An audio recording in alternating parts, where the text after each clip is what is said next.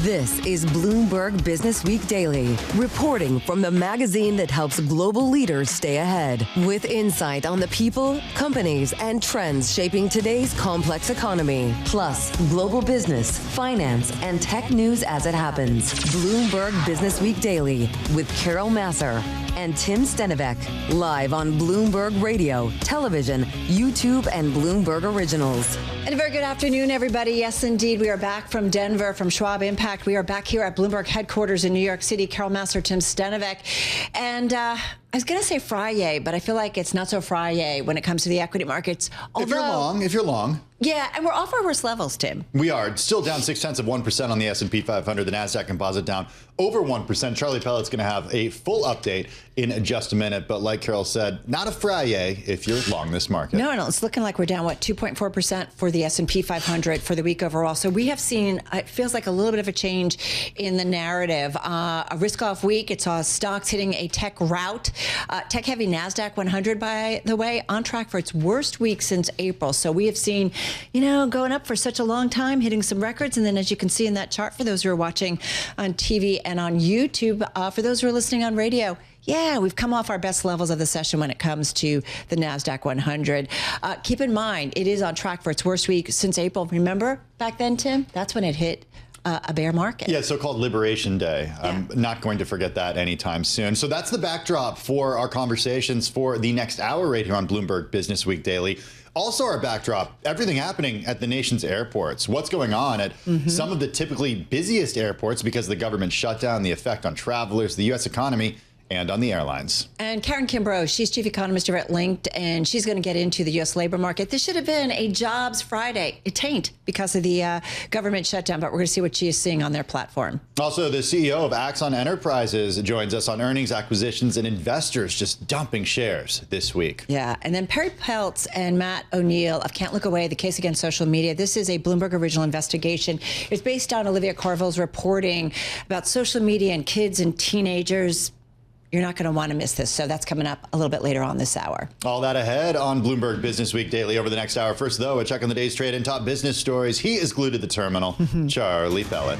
Thank you very much. We are looking at a down day here. A lot of red on the screen. Not such a great day for the bulls as we've got 2 hours to go ahead of the closing bell. The Dow, the S&P, NASDAQ, all lower. You guys alluded to the weekly numbers, down 2.3% on the S&P 500 index. Here's what's going on right now. We've got the S&P down 41 at 66.78. That is a drop there of 0.6%. Dow Industrials down 174, lower by 0.4%. NASDAQ right now, the composite index down 1.1%. The final stretch of a risk-off week saw stocks hit by a tech rout. Worries about weakening in key areas of the economy, lifting bonds the 10-year. 4.07% with the 2-year, 3.53%. Gold up $30 the ounce, back above 4,000. 4,007 now on spot gold, up 0.8%. West Texas Intermediate crude up 0.6%, 59.78 the ounce, and Bitcoin 59.78 the barrel. We're talking gold here. Black gold right now, WTI up by 0.6%. Bitcoin now higher by 1.4%, 102,500 on Bitcoin. What about those travel stocks as an economic indicator? Expedia Group raising its full-year gross bookings and revenue outlook. Expedia shares surging now by 17.5%. Airbnb also reporting last night stock lower. Airbnb down now by 1.3%. Recapping, S&P down 0.6%. Right now, the S&P is at 66.78. For on-demand news, 24 hours a day, subscribe to Bloomberg News Now wherever you get your podcast. I'm Charlie Pellet, and that is a Bloomberg Business Flash. All right, got it, Charlie. We'll be back to Charlie a little bit later on. Hey, listen, I got to say, with what's going on around airlines across America, Tim and I saw it firsthand. We both had trips out of Denver, coming back from Schwab Impact. I was headed to Newark. You were headed to LaGuardia. And we were watching as we were finishing up our flights broadcast. were supposed to leave 10 minutes apart. Right. And you were like on time. I was fine. Everything was fine. Not so for me. At 2:48 p.m. Mountain Time yesterday, my flight from Denver to Newark, this is the text I got. It's got a new departure time due to air traffic control constraints and staffing during the government shutdown that are affecting operations for all of its airlines. I got to say, I ended up with 3 delays that would come my way. They did cite specifically the FAA and the air traffic control staffing shortages. I finally took off almost 8 o'clock from Denver. That was about 10 o'clock our time, 2 hours behind. I'm not alone in this, Tim. No, you know that. You're not. Airlines across the U.S. have canceled flights scheduled for the coming days as the longest government shutdown in history has been snarling air travel and forces thousands of passengers to change their travel plans.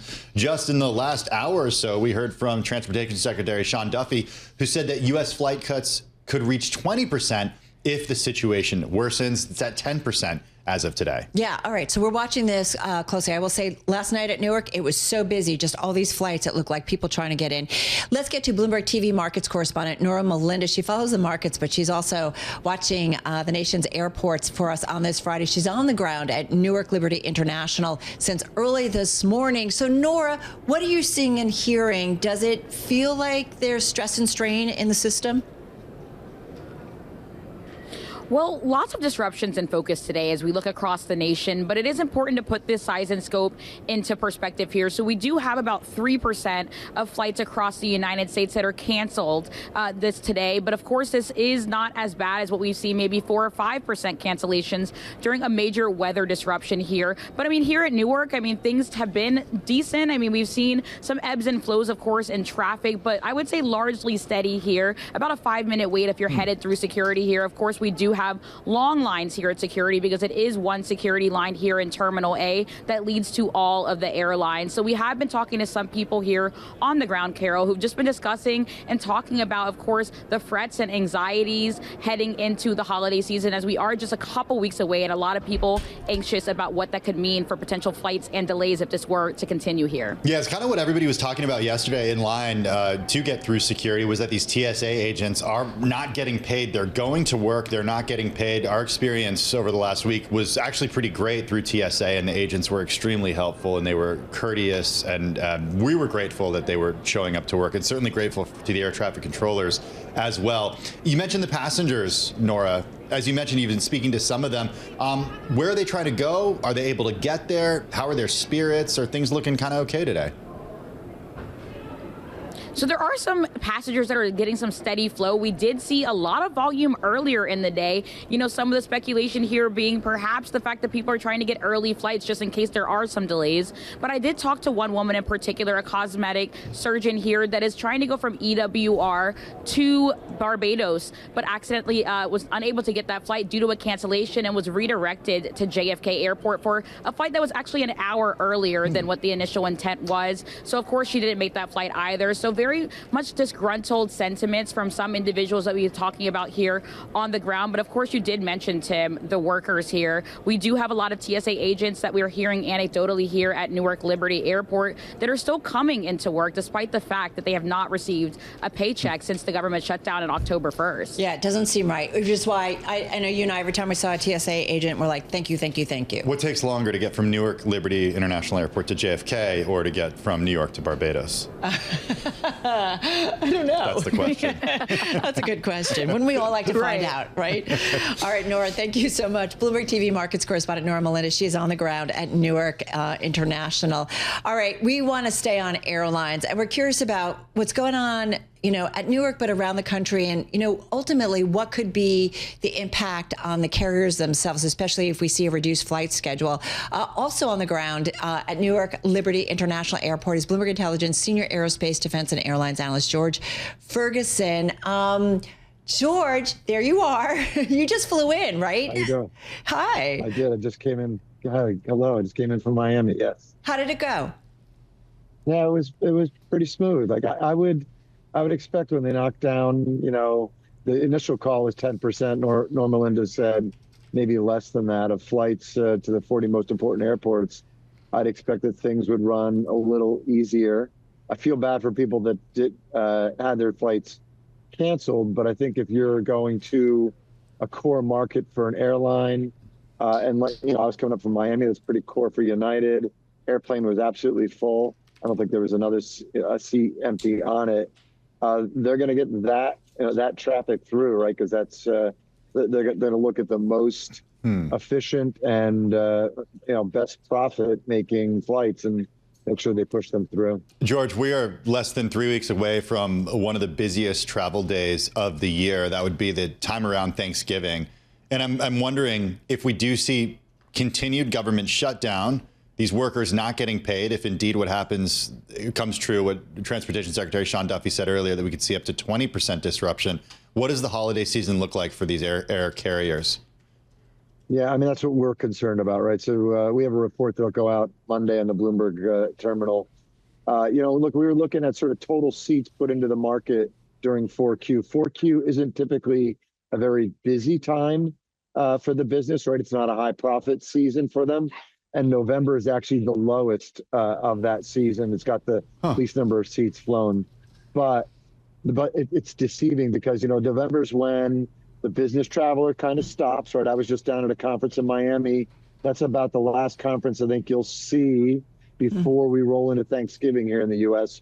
So business kind of rolls off here in the middle of the month, and leisure picks up very big, in a big way by the end of the month. So I think if we don't have the government shutdown stopped, Thanksgiving will be an absolute mess because I would expect there'll be even more cancellations. And then you get another ebb between Thanksgiving and Christmas. Hopefully we're not talking about sort of Christmas year-end sort of celebrations, having the government still out by then. I don't think they can make it that long. But hey, George, just real quickly, when do you start to kind of rewrite some of your, expectations in terms of earnings or revenues, the balance sheets, the financials for the airlines? Does this have to go on for several days, for several weeks before it becomes something material for the big airlines and all of them, really? Yeah, I think you're right on it, right? I think if we get into Thanksgiving and this is still going on, we're cutting back capacity, then we're going to start to get much more concerned to start rethinking about where profitability, profits, cash flow go for 4Q. Right now, this could even be a slight pickup where airlines sort of knock down their least performing flights and get maybe a little bit of a margin pickup. Maybe profit ebbs a little bit on it, but right now it's not major. Get into Thanksgiving and we got an issue on it.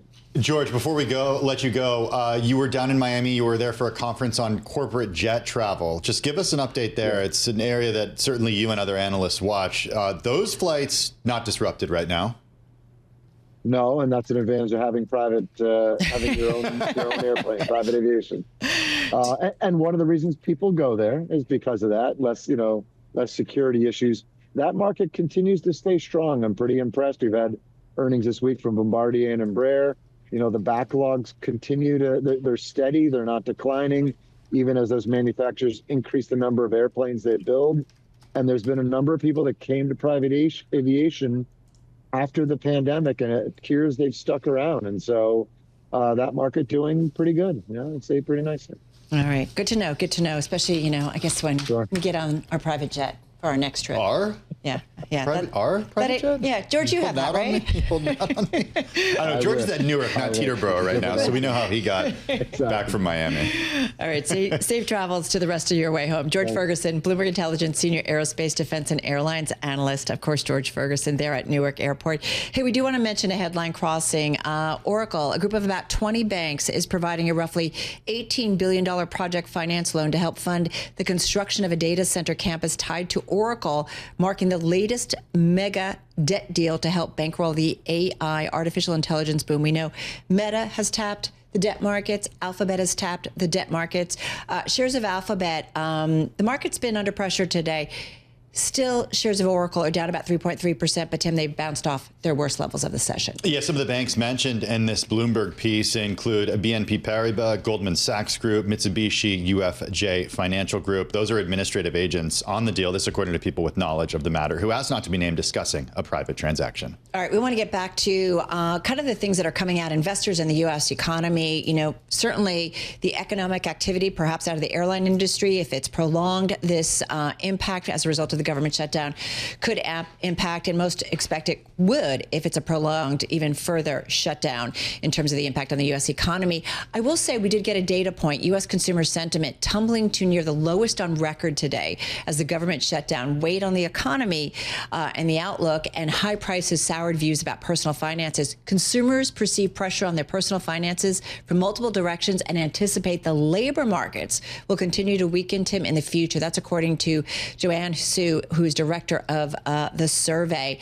So there's concerns about the labor market. I want to bring in Karin Kimbrough, chief economist at LinkedIn, for a check on the health of the U.S. labor market. She joins us from Dallas. Karin, you have incredible data, real-time data on LinkedIn. This is a source of alternative data today. In one word, how would you describe the state of the labor market in the U.S. right now? Softening. Softening. It's been it's continuing to soften. The data that we have through the end of October tells us that the labor market is just on its continued softening path. And that kind of means there's a little bit of fragility there. How much? There's a little fragility, and like, where are you seeing the fragility? Especially when we constantly, Tim and I, talk about the K-shaped economy, and we've had, we've seen resilience in the U.S. economy, but a lot of it is, spending by the higher income folks, and it's kind of underlying weakness among low and middle income households. So those higher income Americans continue to drive growth. Are we seeing that disparity in the labor market, that higher paying jobs continuing to hire and lower not, or what are you seeing? Yeah, actually, it's a little different than that. So I would say there's, as I said, some fragility, but actually some bright spots. So there are sectors, think of like construction, leisure and hospitality, that are hiring. And those are segments that often will hire, hourly workers, lower income workers. So ironically, in some sense, some of the sectors that are doing a little bit better in terms of hiring rates year over year are the ones where we see more hourly salaried workers. So there are bright spots. There are challenges. One thing I would kind of mention is that the story we're telling didn't change appreciably between last month and this month. It's not like it took another huge leg down. It's more like it's kind of continued same softening of decreased hiring rates.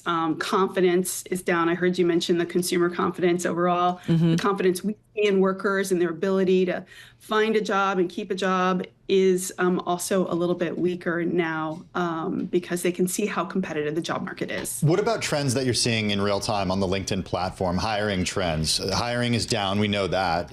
What about other trends that you're seeing? What can you tell us? Yeah, absolutely. So we are also seeing increased mentions of layoffs. And these are, of course, just mentions. These people engaging on the platform talking about it. We're seeing by our own measure of quits, so it mirrors the BLS's measure of quits. We are seeing quits that are also coming down just slightly. So people are kind of staying in place, not quitting as much, and that's usually a sign of a more fragile market. But I think the biggest trend that we're seeing right now is really this fact that every industry seems to be having a different experience. So if you think about what employers are looking for, they're posting jobs on the platform, and they are all quite a lot of them are looking for skills like AI literacy. So that is one of the fastest growing skills. They want candidates who can come in and actually know how to use AI to increase their efficiency and productivity. So it's not like being scared of it. They're looking to extend their adoption. So 70% increase in jobs that are looking by employers looking for AI skills. We think more than 85% of the members on our platform are in roles that are going to be transformed by AI. So we're in this period of evolution of the job market, but it's going to take some time. All right, we've got to run. Hey, listen, great stuff, and so appreciate your time on what's supposed to be a monthly jobs report this morning, but right. It's a little bit of a different jobs day, right? Welcome to Bizarro World, everybody. Karin Kimbrough, she's chief economist over at LinkedIn. Hey, coming up, the company best known for its tasers. It's been on fire over the past decade, but caught investors off guard. We'll explain.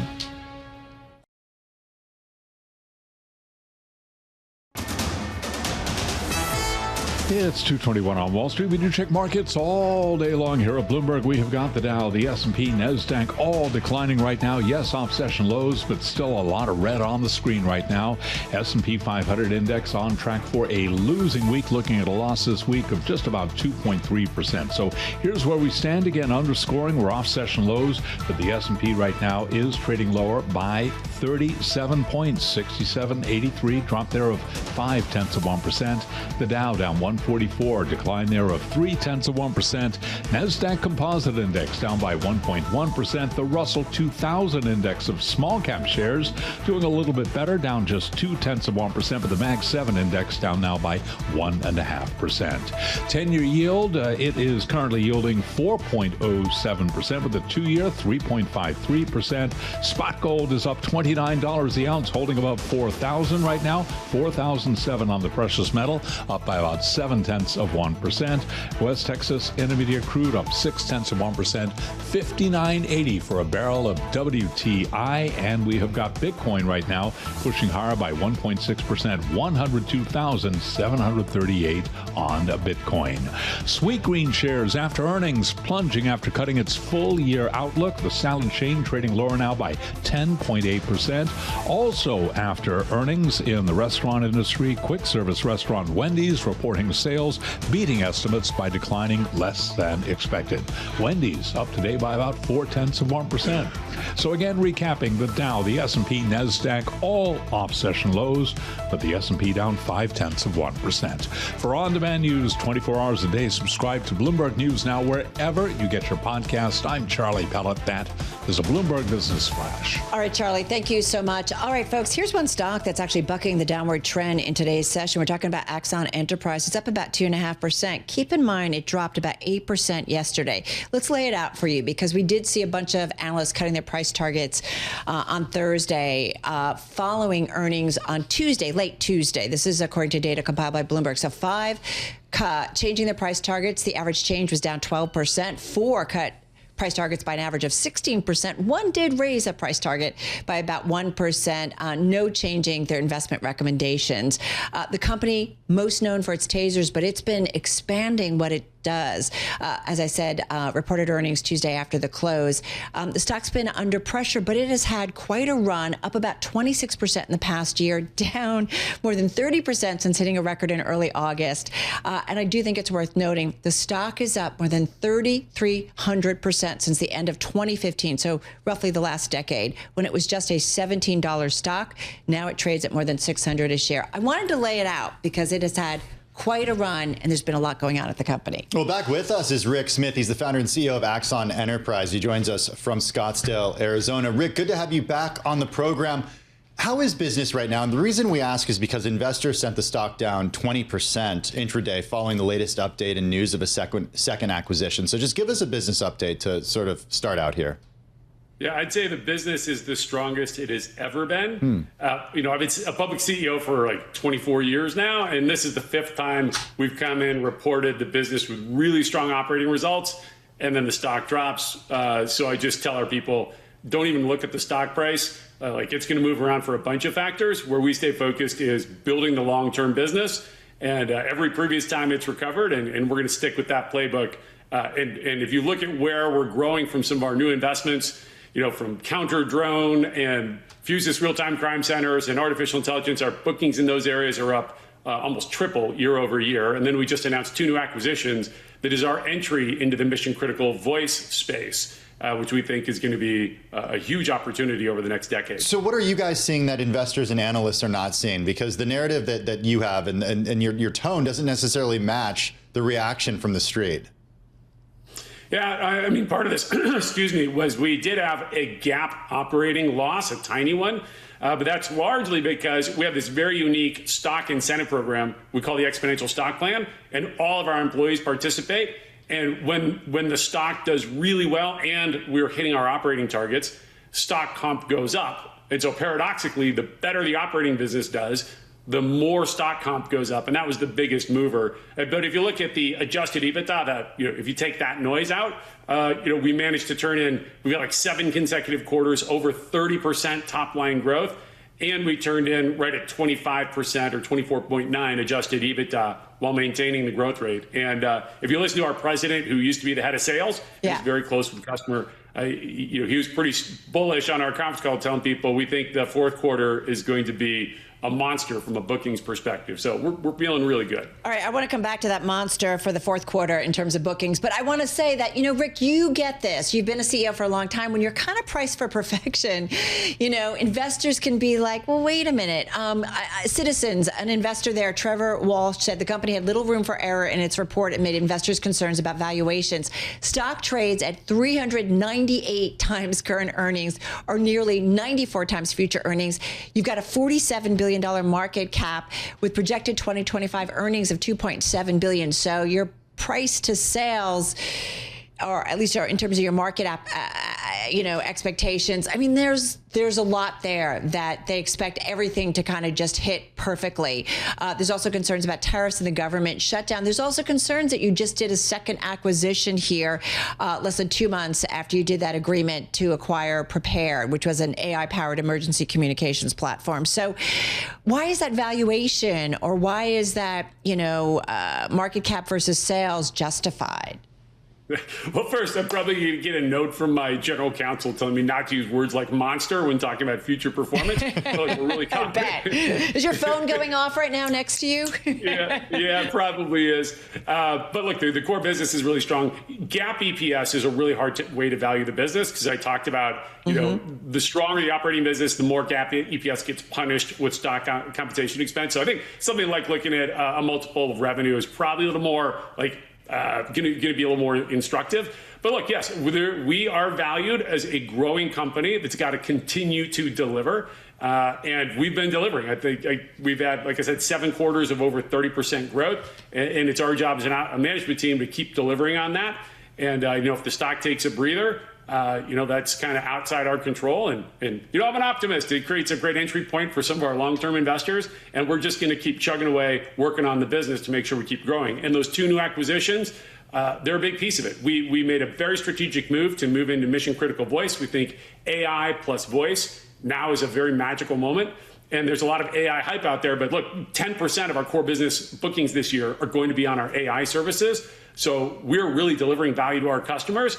And we see doing that in 911 call centers and then extending across, any sort of mission critical voice communication is going to be a huge business. And we found 2 very complementary businesses. Prepared allows us to go fast into any 911 call center. And then Carbyne allows those customers to then go deep and get out of the business of running all the hardware and move their entire 911 infrastructure to the cloud. And those 2 together, we think, are like chocolate and peanut butter. It's going to be a great combo. Well, I do want to ask you about those monster bookings for the fourth quarter. But having said that, tell us about, you said 10% of the bookings this year are going to be on AI services.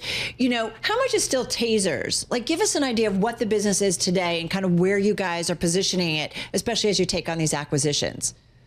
Got it. Well, I'm terrible at details, but I can tell you the taser business it continues to grow, even though it is a fairly mature business in the U.S., where the real opportunity is our new Taser 10. For the first time, we have a weapon that some of our customers in Europe are saying is a better weapon for their officers than even a handgun.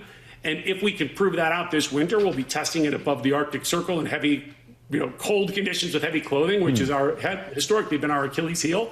If we succeed there, we could see Taser really become a driving force across Europe and the rest of the world outside of the U.S. So even though it's been our core business from the beginning, Taser, we think, could be the growth engine that pulls body cameras, drones, AI, and all our other services right along with it. Well, let's talk about those other services, because if I go back into your earnings and look at 2017, connected devices accounted for close to 70% of your total revenue. Software and services was just over 30% of revenue. If we fast forward to just in recent years, last year, that pretty much flipped, where connected devices was 40% and software and services is now close to 61% of your business. How big does software and services get? What's the ultimate goal there? Well, that's sort of like asking me which of my children is my favorite. I love them all. But I mean, one of those has a higher margin, right? Oh, yeah, one has a higher margin, but when you can do hardware and software together, when you can do body cameras, drones, in-car cameras, and the software layer, you can just do so much more magical things for the customer than if you're a pure software play. So yeah, investors love the software revenue and margins, and so do we, but the hardware is also growing and really contributing, and it's when you bring it all together that we think the magic happens, and that's our real competitive advantage. Hey, one of the things I want to ask you about is there's been a bunch of reporting. There was a story about Flock Safety, which is one of your competitors, to be fair. And what's interesting is, I guess, you guys are all doing deals with the Amazon Ring and this camera. And, you know, footage is certainly being shared with law enforcement, whether it's ICE and others. Again, there's a lot of reporting that's being done about this. And at the same time, some community backlash. So are you concerned about community pushback as we have more and more surveillance that is out there, and that is a big part of your business? So that's one reason we're really proud of the approach we take. We have an Equity and Ethics Advisory Council that is comprised of people from communities of concern, particularly Black and brown communities, right? If we're really talking about over-policing, I think that's the communities of most concern. And so all of our approaches, we run through this ethics review up front with people that are naturally very concerned and skeptical on these issues, and we build safeguards in that help minimize the risk of abuse while maximizing the opportunity. Look, when a private consumer buys a camera to keep their home safe, they're buying it not to watch their dog when they're at work. They want to stop criminals from stealing their stuff, breaking into their house. I actually had a vehicle stolen years ago, and it took me days to get the video from my home security system to the police. What we're doing with Ring, and by the way, we encourage open sharing standards, like Ring is sharing with our competitors. We openly share on a reciprocal basis with our competitors.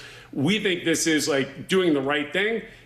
With all these cameras out there, we should be using them to deter crime and criminal activity. And we think you can do that without having to track everybody, where they go to in their personal lives. We're talking about detecting dangerous criminal acts and deterring those acts in the first place. So that's with a lot of local law enforcement agencies. And I'm curious about the conversations that you have at the federal level with the Department of Homeland Security, for example, and the way that their officers do or do not use your products. What are the conversations that you have at the federal level with DHS?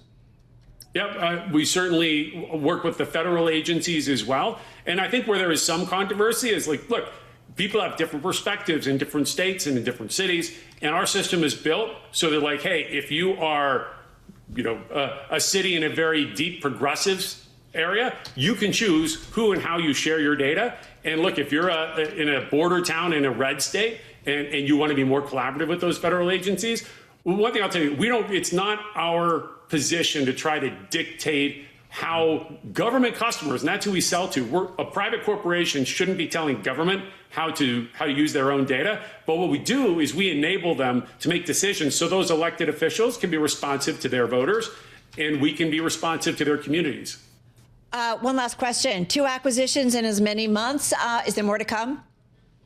We're probably going to take a little breather here. Okay. We were not expecting when we went into this. We thought we would make 1 acquisition, but we found that these 2 were really so complementary that, sometimes you got to move quickly when opportunity knocks. And so, this was unexpected, but we're really excited about it. All right. Totally get that. Rick, thank you so much. As always, love checking in with you. Rick Smith. He is founder and CEO of Axon Enterprise, joining us there from, where is he? He's in Arizona. He is in Arizona. It's nice and warm there. Scottsdale. Yeah. Yeah. You know where else it was warm? Where, Denver? Denver. It was warm in Denver. It was probably warmer there than it was here in New York. It's getting warmer here in New York right now if you're an equity trader, because stocks are actually off their worst levels of the day. We're actually moving up towards our best levels of the session. So how about that after a week where we've seen basically a risk-off trade? Hey, speaking of the trade, let's head on over to Charlie Peltz for another check on the Friday session. Charlie.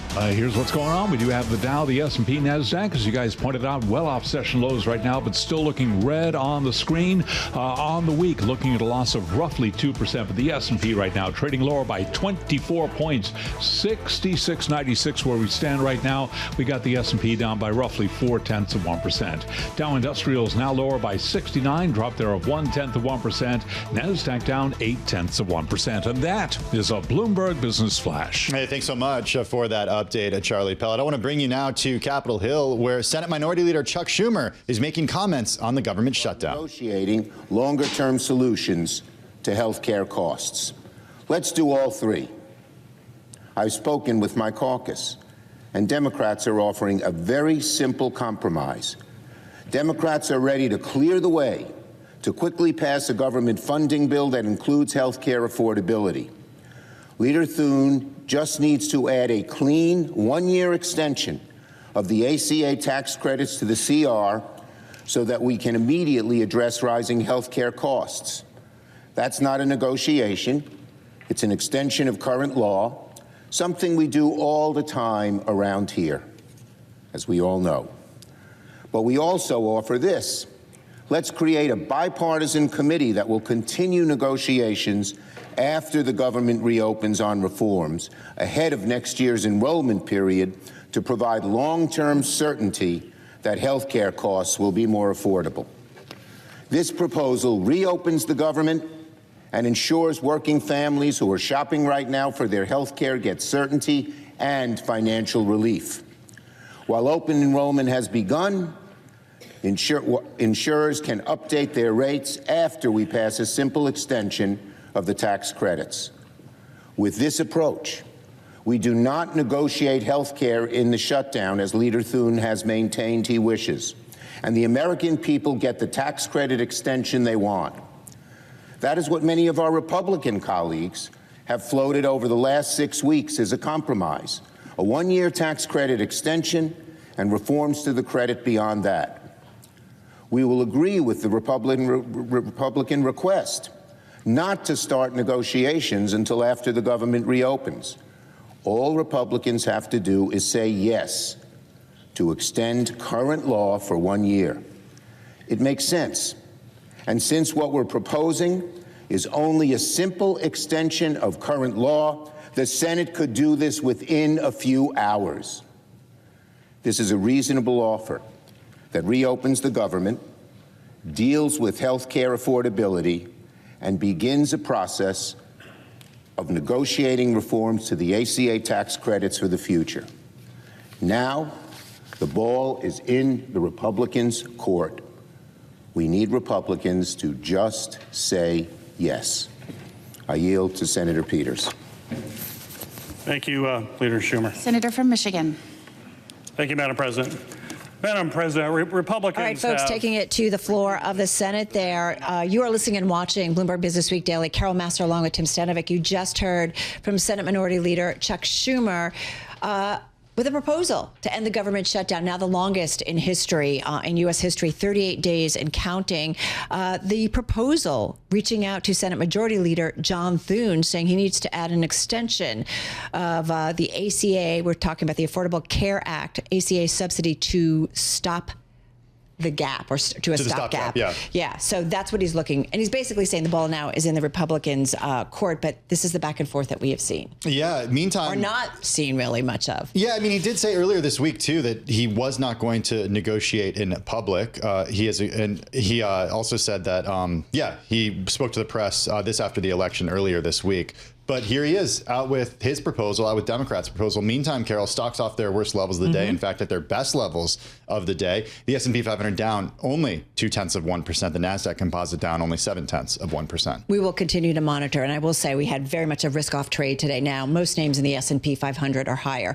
All right, we want to switch gears for a moment. Something that we've been talking about a lot here at Bloomberg.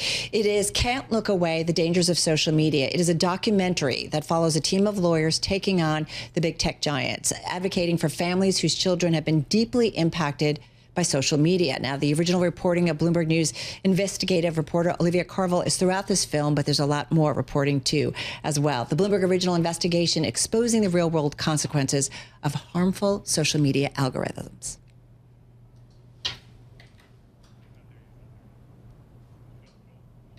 We've got a clip of the documentary, and we're hoping that we can actually share it with everybody. It's a little bit of a Friday here after a very busy week. Here we have it. This, folks, can't look away, the dangers of social media. These companies have been gaslighting us for years. This is all about money. The purpose of all commercial ventures is to create a demand. Our children are the casualties. We need to take back the power from these companies. They created a dangerous situation and then manipulated these kids. They know the levels of addiction, sexual abuse. They know the levels of suicide. They're not showing our kids what they want to see. They're showing you what they can't look away from. And that is the Bloomberg original investigation. Can't look away, the case against social media, which is now available across Bloomberg platforms. Perri, Peltz, and Matt O'Neill are the directors and producers of the documentary, and they join us here in studio. Welcome, welcome to both of you. I got to say, we've talked to Olivia a lot about her reporting. We know you did as well. Perri, let me start with you. When you guys decided, I don't know, I guess when you first started reading her reporting, what struck you? What struck us, and first of all, thank you both for having us. We really appreciate it. What struck us is that what's happening is these companies are looking at families, at kids and parents, and putting the blame on them. This is actually a public health crisis, and there's nothing short of that. And I think that Olivia's reporting really speaks to the fact that this is an algorithm problem. Mm-hmm. It's not a bad parenting. It's not a bad kids issue. Yeah, the big question that I have as a parent, and in a world where we're surrounded by this stuff, Matt, is what is the solution here? Because these companies don't necessarily have the incentive to get us to look away. Well, I think the first part of the solution is exactly what we're doing, which is starting a conversation. Because a lot of these things, when we started this reporting, we had no idea. I had this vague sense that social media was bad. I'm a parent. I have 2 young boys. We talk about it so much, like we understand like the problems of social media. But what I didn't realize was that social media algorithms were feeding suicidation to children, body dysmorphia to children, that kids are being targeted with the absolute worst things on the internet, and it's relentless. Unpack that. What do you mean by that? Well, what happens is that these algorithms start off in a way, if someone lingers on a sad moment because they broke up with a girlfriend or a boyfriend, the algorithm catches that and it goes into what some people have called a TikTok hole, where it continues to feed more and more sad content that goes deeper and deeper. There's a whistleblower in the film that actually explains this in more detail who used to work at TikTok. Well, this is what's interesting, Perri, right? It's not just about what you search on. It's basically what you linger on. And the social media companies, and we're so careful when we talk about this because it's alleged, but this is where the whistleblowers come in and provide some insight about what the companies actually knew. Yeah, the whistleblowers, as well as internal documentation from these companies. What they're prioritizing is having kids stay on these platforms, engagement. They're not prioritizing safety. So what happens is they bring in neuroscientists, they bring in behavioral scientists to actually program these algorithms so that kids stay on as long as possible. And thus the title, Can't Look Away From. They're being fed the material that they actually can't look away from. Because that's good for business. Like I said, the incentives are not aligned with getting kids not to look at this stuff. If you show them what they don't want to see, they're going to do something else. We live in an attention economy. So is there a solution in a world where the incentives don't match from a public health perspective? The incentives have got to change because we right now, unfortunately, have a legal system in Section 230 that protects these companies in a profound way. It treats them as passive pipelines. They are not passive pipelines. Algorithms are company driven. So what that essentially says, Section 230, is that companies, these social media platforms, are not responsible for the content that's on their platforms. That's exactly right. They are treating them like bulletin boards, which is if you go back historically to 1996, before social media was even around, and you had these sites that were more bulletin board driven, they would say, it's okay, you can post what you want. The company is not responsible. But that's not what our lawyers would argue, the lawyers that we follow in this film, is what's happening here. Matt, talk to us about the lawyers, because they really are, when you go up against big tech, you're talking about high-powered, expensive lawyers. This group of lawyers, it's hard not to be impressed by them. And what they ultimately figured out was the argument to do here. It's an incredible collection of lawyers led by Matt Bergman, also Laura Marquez Garrett, who was that corner office big firm lawyer who left because of what she saw happening with social media and her concern for her own children. What Matt and Laura and the other lawyers of the Social Media Victims Law Center came up with is a novel legal approach which holds holds the companies responsible under product liability law instead of under the idea of Section 230, where it's the content. Is that promising? Well, it's made its way through the courts. Snap, in the case that's followed in the film, tries to get it dismissed with Section 230, and they successfully argue and give these families a victory, the first of its kind, that they can be held responsible under product liability law, and they've moved to discovery, and that case is making its way through California. So when we talk about product liability, you know, Perri, I think of things like the tobacco lawsuits. And this is what you can think about, right? And I think about so many products that are out there right now that are facing a lot of scrutiny. Well, let's go back to tobacco, to your point. How about opioids? It is another page out of the same playbook, which is basically to blame, in this case, the parents and the kids, and to not hold these companies and the companies to say they're abusing good products. That is not what we are, at least that's not what the reporting is suggesting. This is very, very different. These are algorithms that need to be changed. I want to just mention, because when you do a documentary and we're at the high level and sometimes we have headlines, you have to remember that there are people, right? And you guys tell these stories. Olivia told these stories, whether it's Alexander Neville, who died because of taking a pill laced with fentanyl that he got on Snapchat. Englyn Roberts died after she copied a strangulation video she saw on Instagram. It was in her feed. Jordan DeMay, 6 hours from initial contact by who he thought was a young woman, but wasn't, but was rather a sextortionist. He killed himself. I mean, telling these stories. I mean, in the film, you're in the bedrooms, you're talking to the parents, Matt. There's a lot of people that were impacted, and there are thousands of cases. This is just the tip of the iceberg, and I appreciate what you were doing there because you're saying their names. I'll add Mason Eden to that, a boy who died by suicide after a breakup because he went down one of these TikTok holes where he was being fed content that actually told him to blow his brains out with a shotgun. Actually, these are the shocking sorts of things that many of us adults don't know are happening on social media, and these parents are taking the most incredible tragedy in their lives and turning it into change. Yes, they're holding these companies liable and suing them. What they're looking for is not necessarily monetary damages. It's for real changes to how these companies work. You asked about a solution before. If Instagram can figure out that I want a lawnmower before I know I want a lawnmower, or that I need a hair cream to try to grow my hair back, it can figure out how not to send content that promotes suicide to children. Because you know what? My understanding, and I know you and I, we did a panel here, and we did a discussion. What is it TikTok in China do? It's a great question, because TikTok, owned by ByteDance, the similar app in China, has a shut-off time at night so that children can't access it. Instead of promoting whatever the kids are lingering on, it actually promotes practicing your musical instrument and doing math problem sets. Amazing.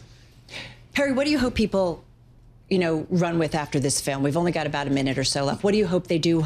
They ask either their kids, or I don't know. What do you hope they do? It's a really important question, because we don't want to scare everybody and not give them anything that's solutions oriented. And when Matt's talking about these families want people to be informed so that they don't have the same thing happen to them.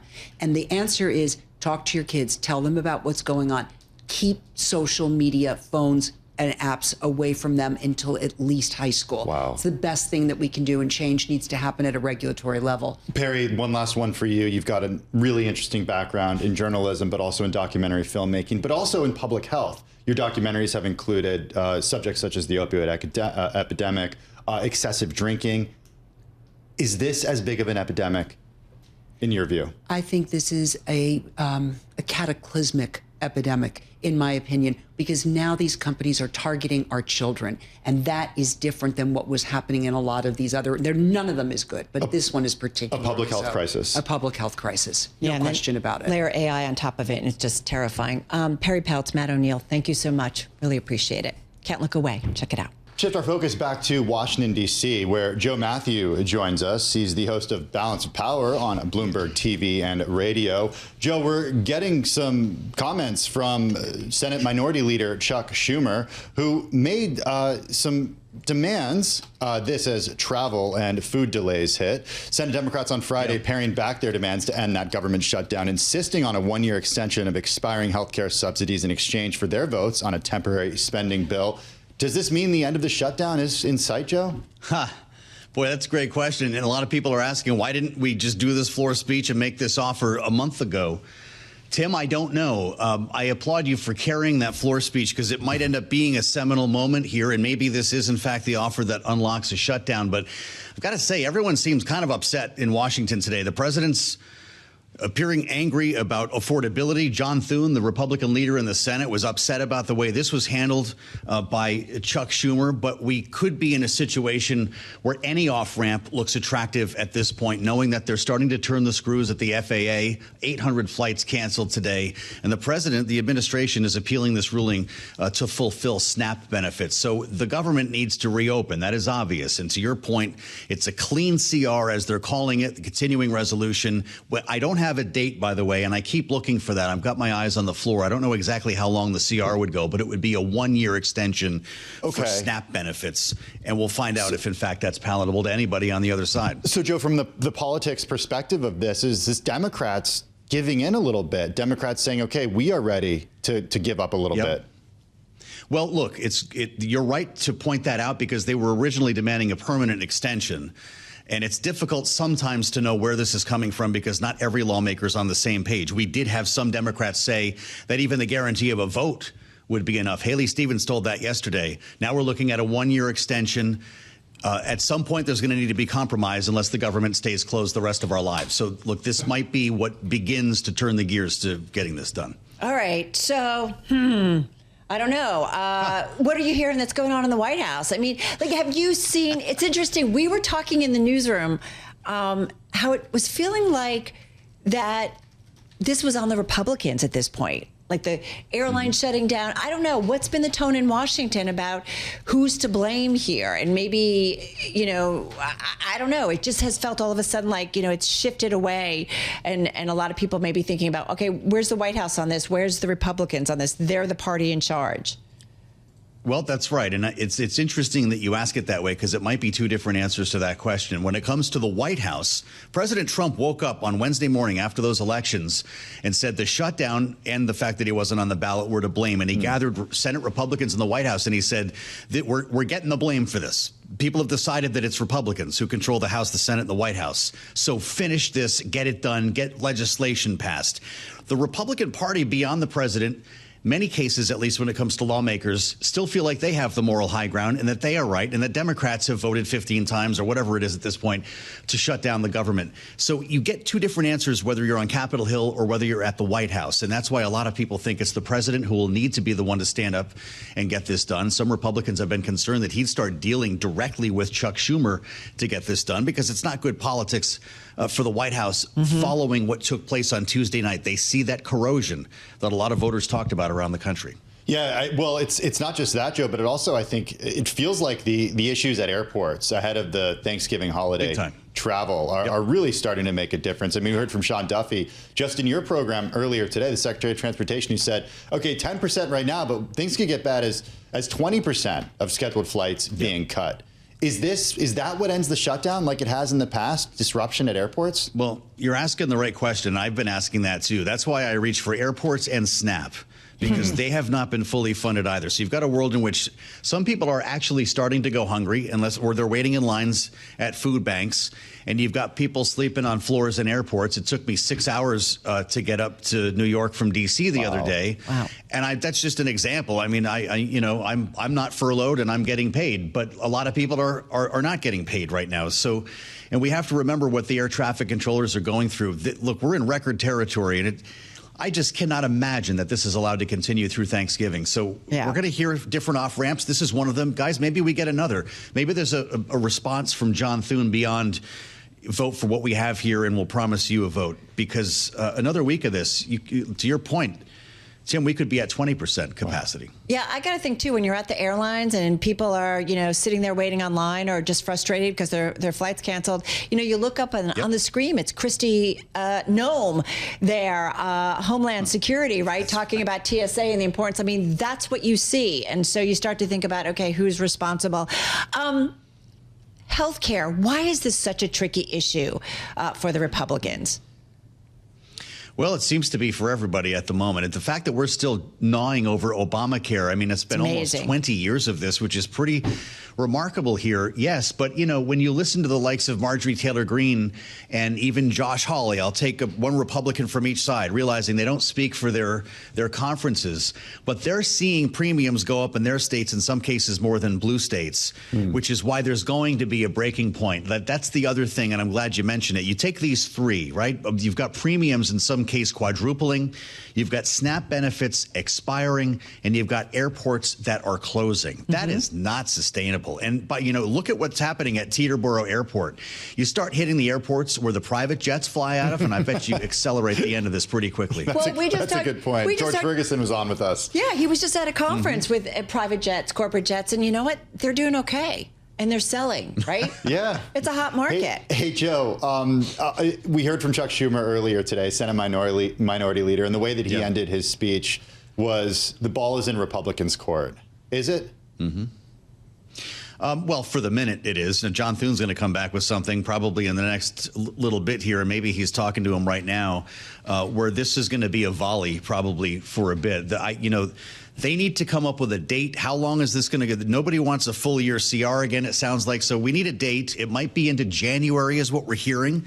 And then everybody can get together and figure out how this is going to work, because it's not only a matter of keeping the government open. They've got to get their heads around the Obamacare stuff. And I don't think a one-year extension will be the end of it. Is it really in the court of the president? And I just, I was listening Wednesday, too, after the election. I think there was some breakfast. He sounded defeated. And I haven't heard the president sound that way in a long time. Does he understand that this is kind of all hurting him specifically?